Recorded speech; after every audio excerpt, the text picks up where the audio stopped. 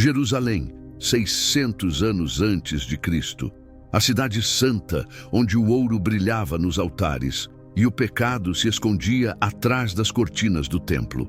Ali, entre incensos e orações, um homem vestia a pureza por fora, mas carregava podridão por dentro. Ele era sacerdote, voz de Deus diante do povo, e comerciante de desejos nas sombras da noite.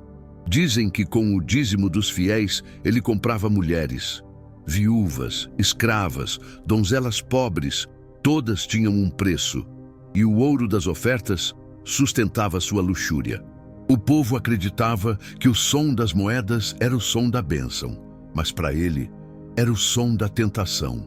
Quem ousaria imaginar que o próprio guardião do templo trocava a pureza das almas pela carne das mulheres?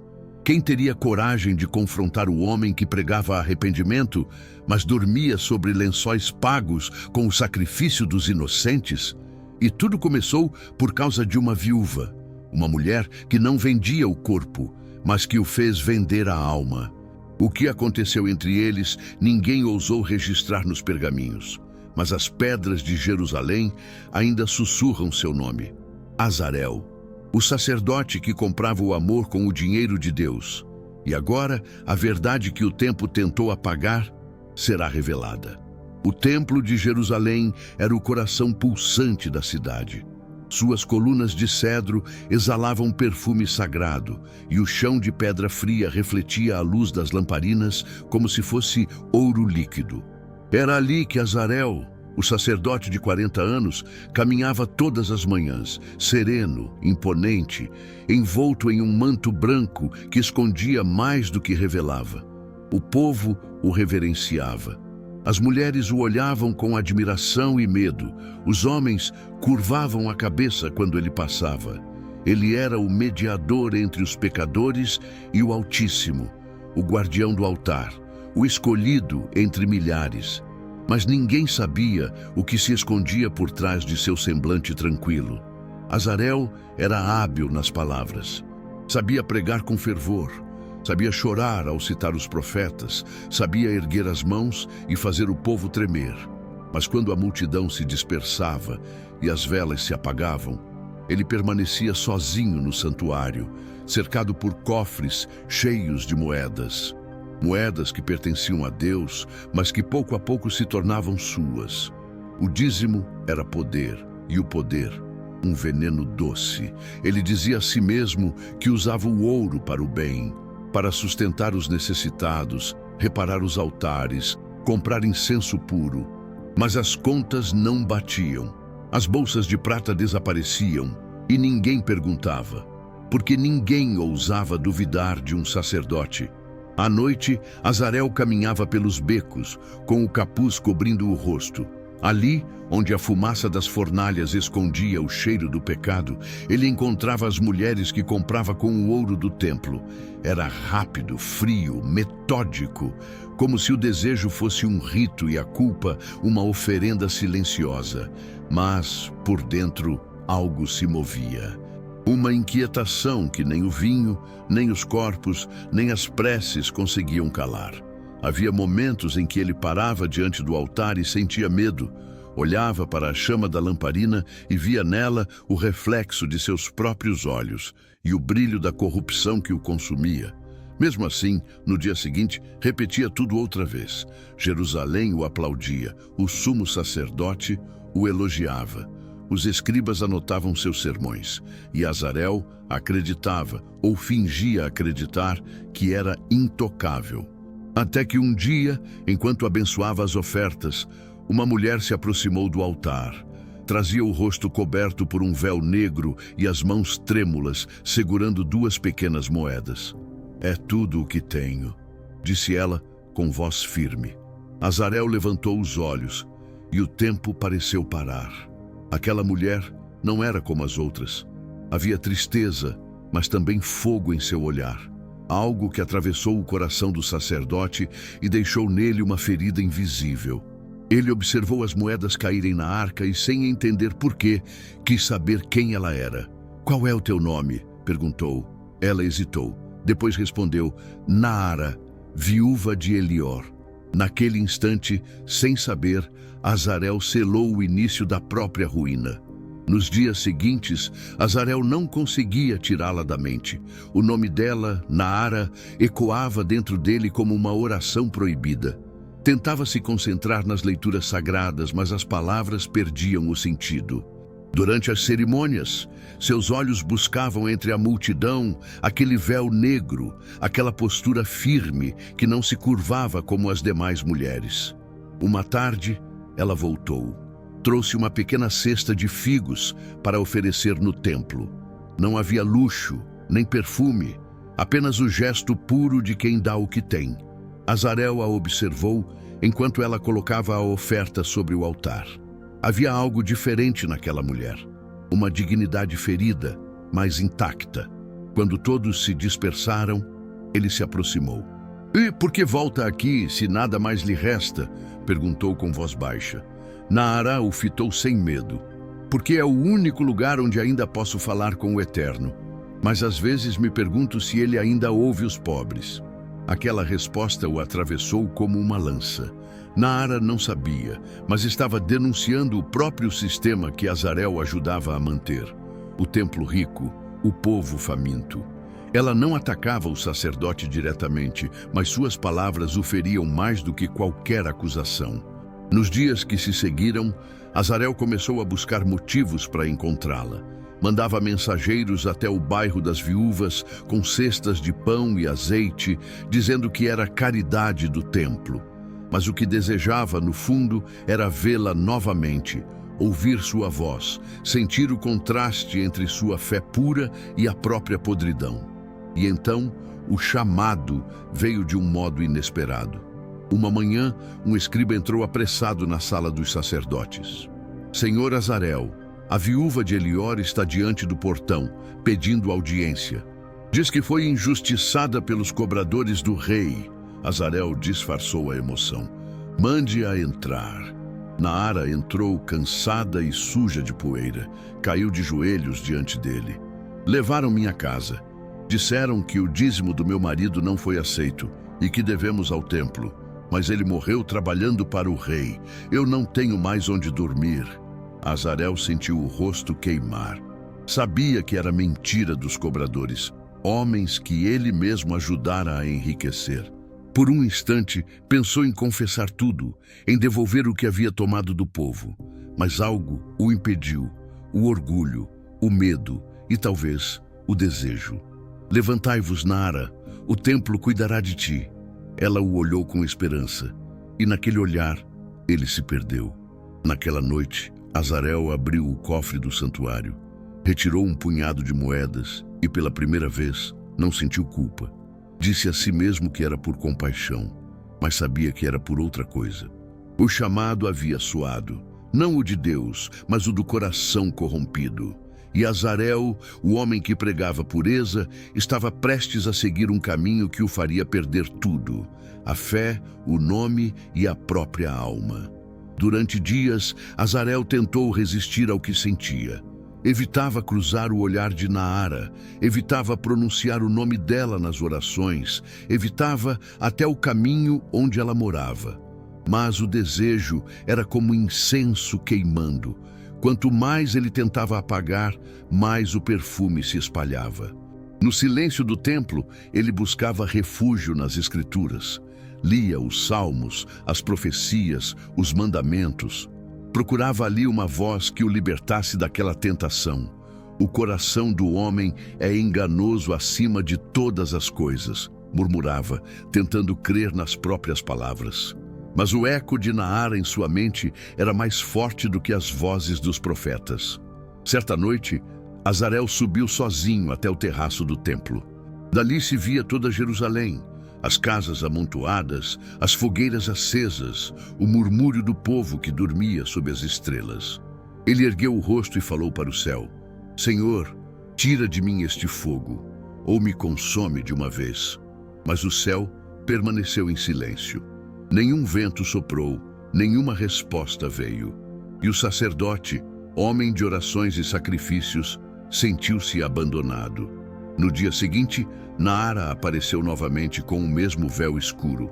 Trazia nos braços um cântaro rachado e um olhar cansado. Vim agradecer, Senhor, pela ajuda. Agora posso comprar pão. Azarel quis responder com frieza, mas as palavras não vieram. Não agradeça a mim, agradeça a Deus. E quem é Deus, senão aquele que habita em ti? Disse ela, com um sorriso que o desarmou por completo. Essas palavras o feriram mais do que qualquer acusação, porque por um instante ele acreditou nelas. Acreditou que Deus podia habitar em alguém como ele. Mas, quando ela se foi, a culpa voltou como um trovão.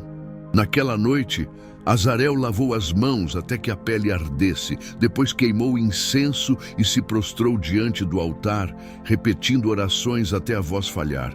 Tentava expulsar a imagem dela do pensamento. Os lábios, a voz, o olhar que parecia atravessar a alma. Eu sou sacerdote do Altíssimo, não posso tocar o que é impuro.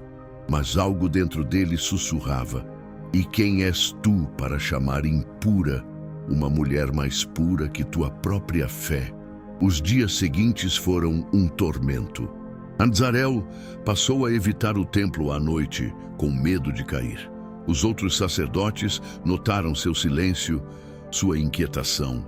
Alguns murmuravam que ele estava doente, outros diziam que tinha visto um espírito, mas o verdadeiro espírito era o da própria consciência. Azarel sentia que uma guerra invisível se travava dentro dele. De um lado, o homem que guiava o povo, do outro, o homem que desejava o proibido. E quando o medo parecia vencê-lo, o destino o provocou novamente. Certa tarde, um mensageiro entrou às pressas no santuário. Senhor Azarel, a viúva de Elior foi expulsa de sua casa. Os cobradores voltaram. Ele fechou os olhos. O sangue pulsava nas têmporas. Sabia que se fosse até ela, nada mais o separaria da queda. Mas sabia também que, se não fosse, jamais conseguiria dormir em paz. Entre o dever e o desejo, Azarel ficou imóvel diante do altar. O som das moedas do dízimo ecoava ao redor, como vozes zombeteiras. Naquele instante, o sacerdote percebeu. Não era apenas uma mulher que o chamava, era o próprio destino, e ele ainda tentava recusar. Naquela noite, Azarel vagou pelas ruas escuras de Jerusalém sem saber para onde ia. As lâmpadas das casas já se apagavam, e apenas o som distante das flautas ecoava entre os becos. O ar cheirava a vinho e incenso velho. Ele sentia o peso da culpa o sufocar, e o coração batia como um tambor dentro do peito. Cansado, entrou na casa de um velho sacerdote aposentado, Urias, o homem que o havia ensinado quando jovem. O velho morava perto do portão das ovelhas, num pequeno quarto cheio de rolos sagrados e lembranças do templo. Urias estava curvado, com a barba longa e os olhos enevoados, mas ainda tinha uma voz firme. Azarel, perguntou, surpreso ao vê-lo entrar àquela hora. Há anos não pisa aqui. O que o traz a esta casa esquecida pelos anjos? Azarel hesitou. Não sabia por onde começar. Preciso de conselho, mestre. Tenho andado dividido. Urias o observou em silêncio por um longo tempo. Depois se levantou com esforço e acendeu uma lamparina. Dividido entre o ouro e o altar? Azarel estremeceu. Como sabe disso? Não preciso saber. Basta olhar para teus olhos. Já vi esse brilho antes. O brilho de quem confunde a bênção com poder. O sacerdote mais jovem se calou. Urias se aproximou, apoiando-se em um bastão. O ouro do templo é fogo. Se o usas para iluminar, ele aquece. Se o guardas para ti, ele consome. E se for tarde demais, murmurou Azarel, desviando o olhar. Nada é tarde demais, enquanto ainda há vergonha no rosto. Mas se um dia deixares de sentir vergonha, então sim, estarás perdido. As palavras do velho o feriram e, ao mesmo tempo, o aliviaram. Era como se Urias enxergasse dentro dele e tentasse salvá-lo antes que o abismo o engolisse. Mas o velho não sabia de Naara. Azarel quis confessar, mas não teve coragem. Falou apenas: há uma mulher, uma viúva. O destino dela foi injusto. Urias sorriu com tristeza. Toda mulher injustiçada é uma pedra no caminho dos poderosos. Cuidado para não tropeçar nela. O silêncio caiu pesado. Lá fora, o vento batia nas portas de madeira como um presságio. Azarel, continuou Urias, o povo confia em ti. Mas se o coração do sacerdote apodrece, toda a cidade apodrece com ele. Escolhe agora quem servirás, o Deus que te chamou ou o desejo que te governa. Azarel baixou a cabeça. E se for Deus quem colocou essa mulher no meu caminho? Urias ergueu o olhar cansado. Então, peça a ele que te mostre o motivo, antes que o inimigo te convença de que o motivo é o prazer. Ao deixar a casa, Azarel sentiu o coração pesar mais do que antes. As palavras do velho ecoavam como martelos em sua mente. Mas no fundo, ele sabia que a decisão já estava tomada. O conselho do mentor veio como uma última chance, uma ponte para voltar à luz. Mas ele escolheu o outro lado. E naquela mesma madrugada, sem que o velho soubesse, Azarel mandou um servo buscar Naara. Porque às vezes o homem que mais precisa de Deus é o que mais corre dele. A chuva caía sobre Jerusalém como se o próprio céu chorasse. O vento uivava nas colunas do templo e as lamparinas tremiam sob a ventania. Azarel observava a água escorrer pelos degraus sagrados e sentia que algo dentro dele também se dissolvia. O conselho do velho Urias ecoava em sua mente, mas o desejo falava mais alto. Ele havia mandado um servo discretamente até a casa das viúvas com uma ordem simples: dizei a Naará que o sacerdote precisa vê-la. É urgente. Quando ela chegou, o manto estava encharcado e o rosto pálido pelo frio. Entrou na sala silenciosa, sem entender o motivo daquele chamado. Senhor Azarel, por que me trouxe aqui a esta hora? Ele hesitou por um instante. A voz lhe falhou. Porque o templo te deve algo, e eu não posso mais suportar ver tua dor. Naara baixou os olhos, confusa. Não quero esmola, quero justiça. E se eu te der mais do que justiça? Perguntou aproximando-se. O ar pareceu parar. O som da chuva desapareceu. Ela recuou um passo, tentando entender o que via nos olhos dele. Havia ali algo perigoso, uma mistura de piedade e desejo. O que quer de mim, sacerdote? Azarel respirou fundo. Quero reparar o mal que o mundo te fez, mesmo que para isso eu tenha de cair. Foi a primeira vez que o homem sagrado admitiu estar prestes a trair o próprio Deus. Naara ficou imóvel. O silêncio entre eles era pesado, quase sagrado. Ela não respondeu, mas seus olhos disseram o que as palavras não podiam. Naquela noite, Azarel atravessou o limiar que o separava da fé. O toque de Naara não foi paixão comum, foi abismo. Um mergulho sem volta. Enquanto o vento rugia do lado de fora, ele esqueceu os mandamentos, os votos, o altar.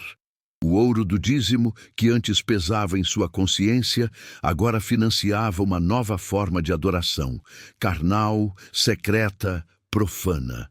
Nos dias seguintes, o templo continuou funcionando.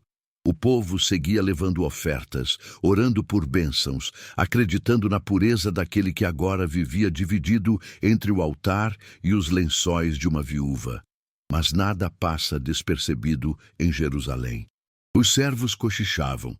Alguns sacerdotes começaram a desconfiar. Havia ouro faltando e rumores cresciam como ervas daninhas. Mesmo assim, Azarel se sentia invencível. Sou a voz do Senhor. Nenhum homem ousará tocar em mim. Mas Naara via outra coisa nele. Via o peso do remorso disfarçado de poder. Não teme o Altíssimo? Perguntou ela certa vez. Ele sorriu, com amargura. Temo mais o olhar dos homens do que o silêncio de Deus. Foi nesse instante que ela percebeu que o sacerdote já não era o mesmo. A fé dele estava morrendo, e no lugar dela nascia algo sombrio. Azarel acreditava estar no controle, mas, ao cruzar aquele limiar, havia aberto a porta para a própria destruição. O homem de Deus agora era prisioneiro de sua criação. E cada moeda roubada, cada mentira dita, cada toque proibido o empurrava mais fundo no abismo. Do lado de fora, as nuvens sobre Jerusalém se acumulavam. E do lado de dentro, um novo rumor começava a se espalhar. O sacerdote estava se perdendo e arrastando o povo junto com ele. O escândalo ainda era segredo, mas o templo começava a cheirar a perigo. As moedas desapareciam com mais frequência, e os escribas, desconfiados, começaram a registrar tudo em silêncio. Azarel notava os olhares cruzados, as conversas que cessavam quando ele entrava. O ar estava pesado. Até as orações pareciam sussurradas por medo. Naara agora vivia em uma pequena casa oferecida pelos cuidados do templo, mas todos sabiam quem realmente pagava por ela. Alguns diziam que era obra de misericórdia, outros que era a cama do pecado. E em meio aos rumores surgiu Eliabe, o jovem levita que servia ao altar. Um rapaz fiel, de olhos sinceros, que via Azarel como exemplo de fé. Foi ele quem começou a perceber que algo não estava certo. Certa tarde, ao contar as moedas do dízimo, Eliabe percebeu a falta de várias bolsas de prata. Procurou Azarel. Senhor, os cofres estão errados, há ouro faltando. O sacerdote levantou o olhar, frio. Não duvides do servo de Deus, rapaz. Há contas que não pertencem aos homens. Eliabe abaixou a cabeça, mas o medo havia se transformado em suspeita. Enquanto isso, Naara começava a mudar. O que antes era gratidão se tornava incômodo. Via o ouro sobre a mesa e sentia vergonha. De onde vem tudo isso? Perguntou ela certa noite. Do templo, respondeu Azarel, com naturalidade. Do templo ou de Deus? Ele desviou o olhar. A diferença? Ah, sim, o templo é dos homens. Deus não vem de nada. Essas palavras o feriram mais do que qualquer denúncia. Naara não o rejeitava, mas começava a temê-lo. Percebia que o homem que a havia ajudado agora era escravo do próprio poder. Do outro lado, o sumo sacerdote Haniel, homem rígido e político, também começava a investigar. Não por zelo espiritual, mas porque o ouro do templo sustentava o reino, e qualquer desvio poderia causar rebelião. Haniel chamou Azarel certa manhã. Têm chegado rumores até mim, rumores perigosos. Rumores morrem no vento, respondeu Azarel. Haniel o encarou. Nem sempre, alguns voltam como tempestades. Depois daquela conversa, Azarel percebeu que estava cercado. Eliabe o observava. Naara se distanciava. Haniel o sondava. E ainda assim, ele continuava, como se cada risco o tornasse mais forte. O pecado já não era peso, era hábito. Sou intocável, repetia para si mesmo. Sou o ungido, ninguém ousará tocar o servo do Senhor. Mas o olhar de Eliabe o seguia.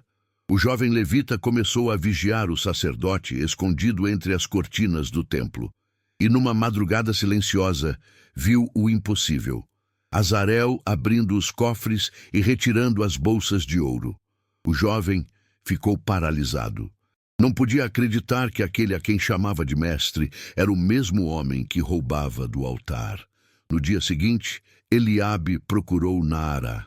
Ele te compra com o ouro de Deus, disse, com dor na voz. Ela empalideceu. Não, isso não pode ser verdade. Então pergunta a ele. A partir daí, o amor se transformou em medo. Naara começou a evitar Azarel, e ele, tomado pela culpa, buscava-a desesperadamente. Mas agora a cidade murmurava seu nome, e a honra do sacerdote mais poderoso de Jerusalém começava a ruir. Entre o altar e o escândalo, entre o amor e a vergonha, Azarel descobriu que nenhum homem pode servir a dois senhores. E o Deus a quem ele dizia servir começava a se calar de vez. As semanas seguintes foram um inferno silencioso. Os rumores, antes sussurrados, agora ecoavam pelos corredores do templo. O nome de Azarel já não era pronunciado com reverência, mas com medo. As oferendas diminuíam e o povo começava a desconfiar do próprio altar. O escândalo ainda não havia explodido, mas a cidade sentia o cheiro da podridão antes que ela fosse revelada. Azarel tentava se manter firme, mas o cerco se fechava. O sumo sacerdote Haniel o observava de longe, aguardando uma prova. Eliabe desaparecia com frequência, reunindo informações, falando com servos e viúvas. E Naara já não o procurava. Vivia trancada, temendo ser associada ao pecado dele. Uma noite Azarel foi até a casa dela. Bateu a porta com força, o rosto coberto pelo manto. "Abre, Naara, precisamos falar." Silêncio. "Por que me evita?" Ela abriu, hesitante. A luz da lamparina iluminava seu rosto pálido. "Porque o que fazes é injusto, Azarel. Eu pedi pão e tu me deste ouro manchado. Eu pedi consolo e me deste vergonha." Ele tentou tocá-la, mas ela recuou. "O que queres de mim?" "Tua fé", respondeu quase implorando.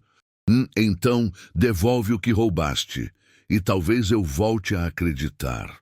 Essas palavras o atingiram mais que qualquer acusação. Azarel saiu cambaleando pelas ruas molhadas, sem destino. O som distante das orações soava como zombaria. Ele sabia que a ruína estava próxima, mas não tinha coragem de confessar. Orgulho e medo se misturavam. Duas correntes que o prendiam ao abismo. No dia seguinte, o velho Urias mandou chamá-lo. Azarel o encontrou sentado diante de um pergaminho antigo. O velho olhou para ele cansado. "Soube das vozes contra ti. São verdadeiras?" Azarel tentou negar, mas a voz falhou. "Mestre, pequei contra o povo e contra o Senhor." Urias fechou os olhos. "Ainda há tempo para se curvar e pedir perdão. Entrega o ouro. Confessa diante do altar. A vergonha cura. O silêncio mata." Mas Azarel balançou a cabeça. "Eles me destruirão. Haniel espera por isso. Melhor ser destruído pelos homens do que ser esquecido por Deus." Essas palavras ficaram martelando dentro dele. Mas confessar significava perder tudo: o poder, o respeito, o nome.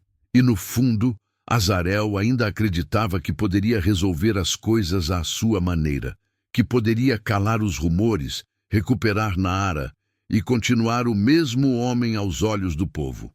Naquela noite, subiu ao templo vazio e olhou para o altar. Falou com Deus pela primeira vez em meses. "Se és justo, mostra-me o caminho." Mas novamente o céu ficou em silêncio. O único som era o das moedas caindo no cofre, o mesmo som que o havia condenado. E ao se ajoelhar, percebeu o que não queria admitir. Ele não orava mais a Deus. Orava a si mesmo, ao homem que havia se tornado. Azarel estava diante da caverna mais profunda, o limite entre arrependimento e perdição. E pela primeira vez entendeu que talvez o inferno não ficasse debaixo da terra, mas dentro do coração de um sacerdote que esqueceu o significado da palavra sagrado. A tempestade que Azarel temia finalmente chegou. Na manhã do 7º dia, o sumo sacerdote Haniel reuniu o conselho dos levitas. O rumor se tornara denúncia, e o nome de Azarel foi pronunciado diante de todos. As acusações eram claras: desvio dos dízimos, abuso do cargo e corrupção do altar. Eliabe, o jovem levita que um dia o admirara, foi chamado como testemunha. O rapaz entrou de cabeça baixa, mas a voz firme denunciava que falava em nome da verdade. "Vi com meus próprios olhos." Ele abriu os cofres à noite e levou as bolsas de ouro. Seguiu até a casa da viúva Naara. O ouro de Deus se transformou em pagamento do pecado. O salão ficou em silêncio. Azarel tentou responder, mas a garganta secou. "Mentira!" gritou, mas ninguém acreditou. Haniel levantou a mão. "Azarel, servo de Levi, tens algo a dizer em tua defesa?" O sacerdote olhou ao redor. Os rostos que antes o reverenciavam, agora o julgavam. O orgulho o impedia de se ajoelhar. "Não sou eu o único pecador neste templo. Há mãos mais sujas que as minhas." Mas a voz soou como desespero, não como justiça. Naara foi chamada. Ela entrou com o véu cobrindo o rosto. Caminhou até o centro da sala, tremendo. Dize-nos, mulher, o que recebeste desse homem? Perguntou Raniel. Ela hesitou. Recebi pão quando tinha fome, recebi abrigo quando fui expulsa e recebi vergonha quando percebi de onde vinha o ouro. O salão explodiu em murmúrios. Azarel tentou se aproximar, mas os guardas o contiveram. Nara, eu te amei! Gritou com os olhos marejados. Ela o fitou e uma lágrima caiu. E eu te amaria se não tivesses vendido tua alma. Essas palavras foram sua sentença. Raniel declarou: Azarel, foste achado em culpa diante do Senhor e do povo. Serás expulso do sacerdócio, e todo o ouro roubado será devolvido ao templo. Que o Eterno julgue tua alma. O povo, reunido nas escadarias, assistia à queda do homem que um dia chamaram de santo. Alguns choravam, outros cuspiram quando ele passou. Azarel sentiu o peso da vergonha mais do que o peso das correntes que o amarravam. Naquela noite, foi levado à prisão do templo, uma cela úmida, cercada de pedra e silêncio. Ali, sozinho, enfrentou a prova final, olhar para si mesmo. As mãos que antes erguiam o incenso agora tremiam sujas. Os lábios que recitavam bênçãos agora balbuciavam arrependimento. Ele caiu de joelhos. Senhor, se ainda me escutas, mata-me, mas não me deixa esquecido. Nenhuma resposta veio. Apenas o som distante das moedas rolando no corredor, como o eco de todos os pecados que o trouxeram até ali. E pela primeira vez, Azarel compreendeu o preço real de tudo o que comprara. O silêncio de Deus. A noite caiu sobre Jerusalém com um silêncio pesado. Na cela do templo, Azarel estava de joelhos, os olhos inchados, o corpo coberto de poeira e sangue. O orgulho havia sido arrancado dele como o manto sacerdotal que agora servia de trapo. Durante dias, ninguém o visitou. Os guardas apenas deixavam água e pão velho, e o resto era solidão. Naquela escuridão, ele começou a ouvir o próprio coração. As orações voltaram. Não as que ele fazia para impressionar o povo, mas as que nasciam da dor. Se eu tivesse ouvido, se eu tivesse temido o teu silêncio, talvez ainda houvesse luz. Foi então que algo inesperado aconteceu. Nara apareceu. Os guardas permitiram sua entrada porque o julgamento já havia terminado. Ele não era mais ameaça para ninguém. Ela entrou devagar, segurando uma lamparina trêmula. Quando a luz tocou o rosto de Azarel, ela estremeceu. Ele parecia outro homem. Por que vieste? Perguntou ele sem força. Porque também pequei, respondeu. Julguei-te com ódio, e o ódio me consumiu. Houve um longo silêncio. Ela se aproximou e colocou diante dele um pequeno saco de moedas. É o que sobrou do ouro que me deste. Quero devolvê-lo. Não quero nada que tenha o peso do pecado. Azarel olhou para as moedas e começou a chorar. Não posso receber. Isso não me pertence mais. Então dá a quem precisa. Talvez Deus ainda aceite tua oferta se vier do arrependimento. Essas palavras tocaram algo dentro dele que havia morrido há muito tempo.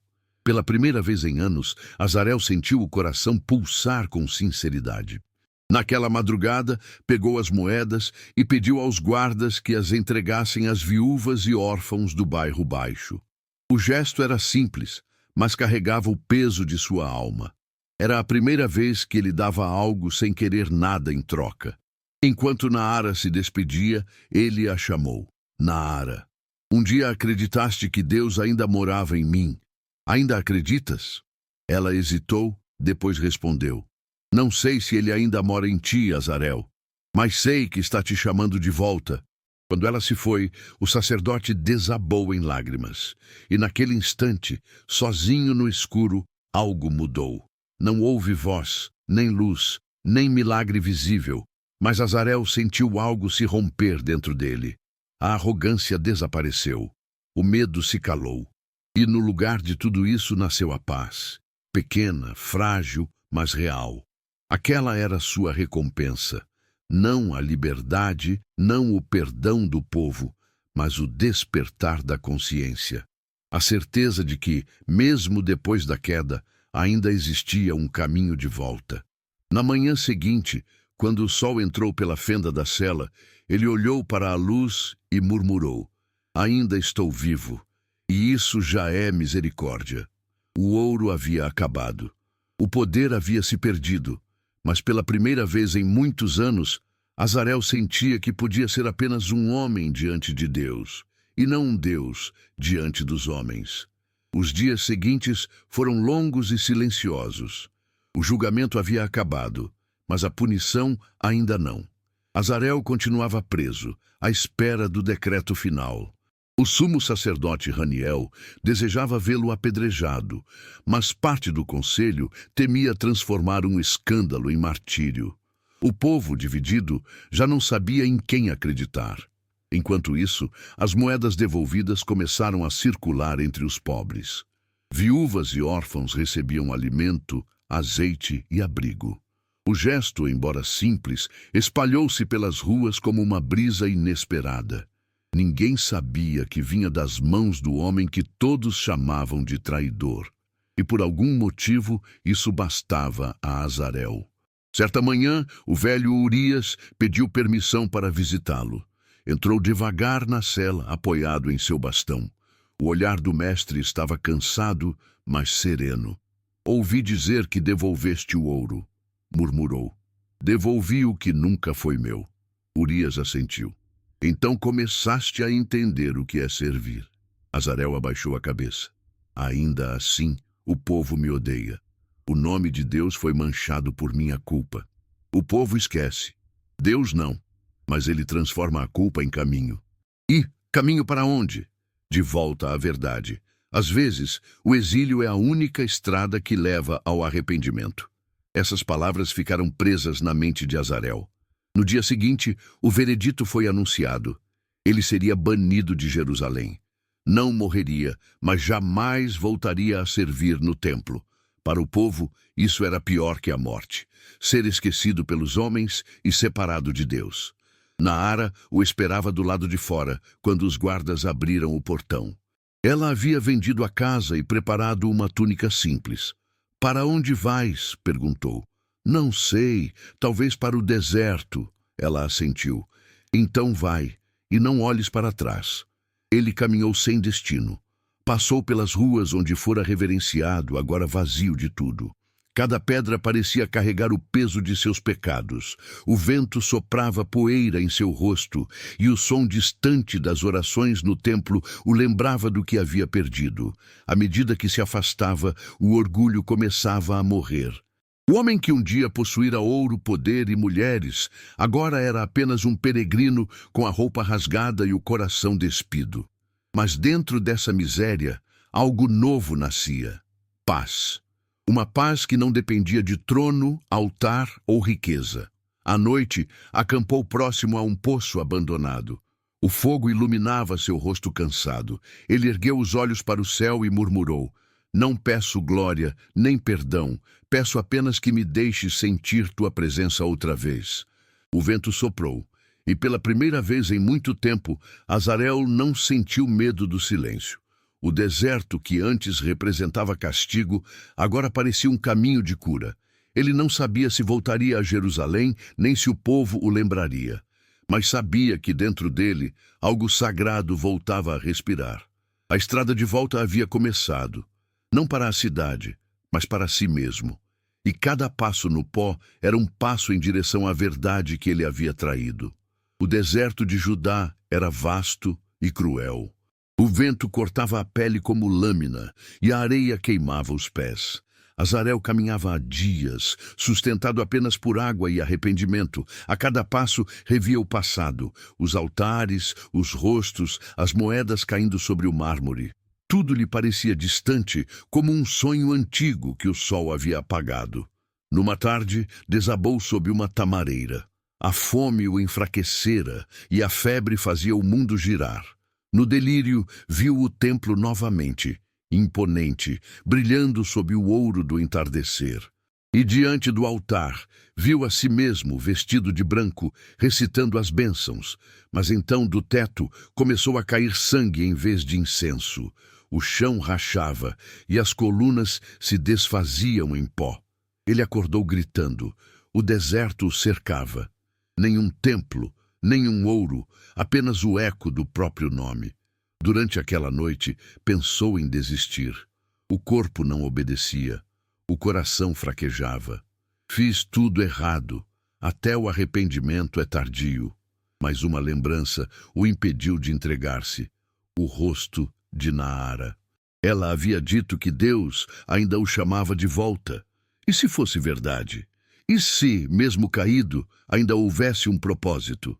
Juntando as últimas forças, Azarel se levantou. Decidiu retornar. Não à cidade, mas à verdade. Queria fazer algo que provasse que o homem antigo realmente morrera.